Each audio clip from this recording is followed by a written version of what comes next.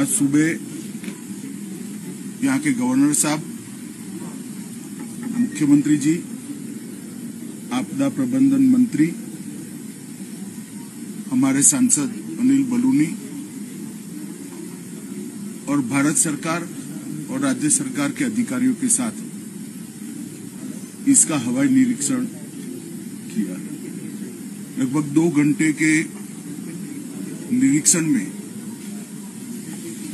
ढेर सारी चीजें देखने को मिली जो यहाँ पर तबाही हुई है,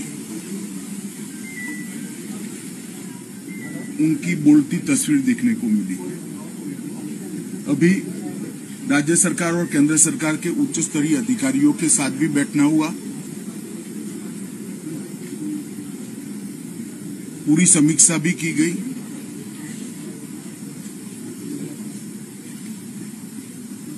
एक बात ये सुनिश्चित निकल कर आई कि भारत सरकार की ओर से समय पर चेतावनी मिलने के कारण बहुत कम मात्रा में नुकसान हुआ। कम से कम जान हानि बहुत कम मात्रा में हुई। माली नुकसान पानी की गति और पानी के बहाव पर निर्भर करता है, परंतु जान हानि उसके प्रकोप के कंपैरेटिवली कम हुई। 16 तारीख को लगभग 2:30-3 बजे ही भारत सरकार की ओर से चेतावनी मिल गई। 24 घंटा पहले चेतावनी मिलने के कारण मुख्यमंत्री जी ने तुरंत ही चीफ सेक्रेटरी से बात करी। वो दौरे पर थे, वो भी लौट कर आए और सभी कलेक्टर, एसडीआरएफ, एनडीआरएफ, आईटीबीपी, सेना, वायुसेना सभी को अलर्ट भेजने के कारण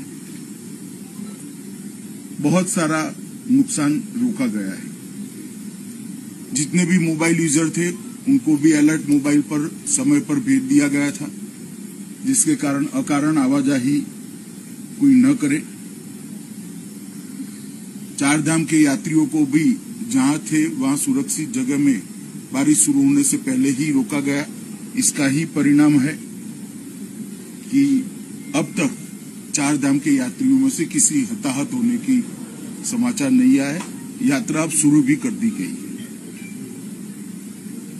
NDRF, army, ITBP, SDRF, state response टीमें, फायर ब्रिगेड, ये सब बारिश आने से पहले ही अलर्ट होने के कारण मौके पर थे। हेलीकॉप्टर भी बारिश आने के पहले ही अलर्ट कर दिए गए थे, यहाँ उपलब्ध भी थे। माननीय प्रधानमंत्री जी ने भी समय पर सेना और एनडीआरएफ के मोबिलाइजेशन में सूचनाएं हम सबको दी थी।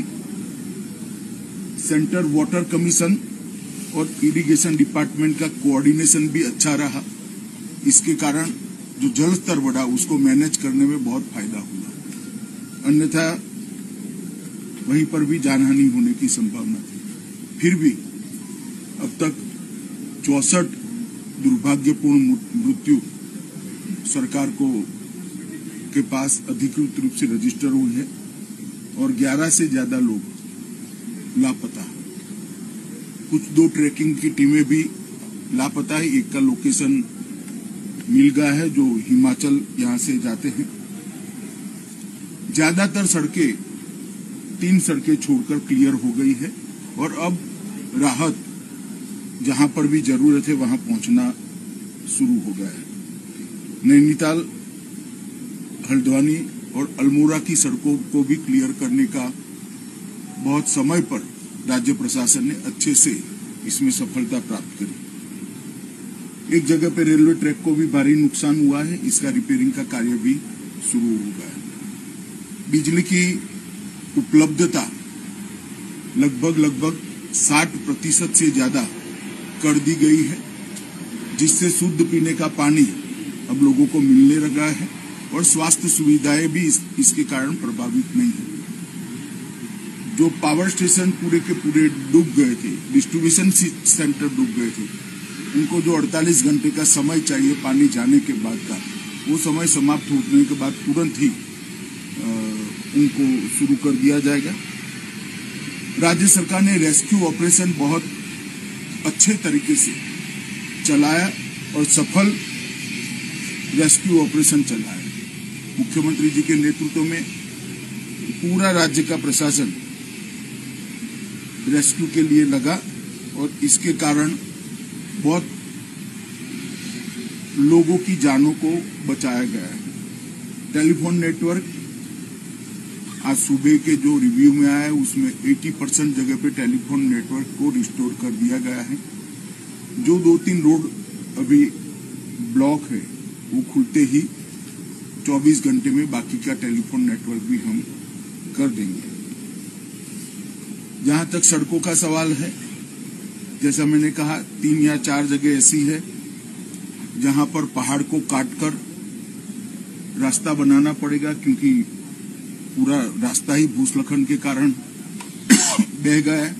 उसको छोड़कर रोड कनेक्टिविटी ठीक मात्रा में चालू होगी।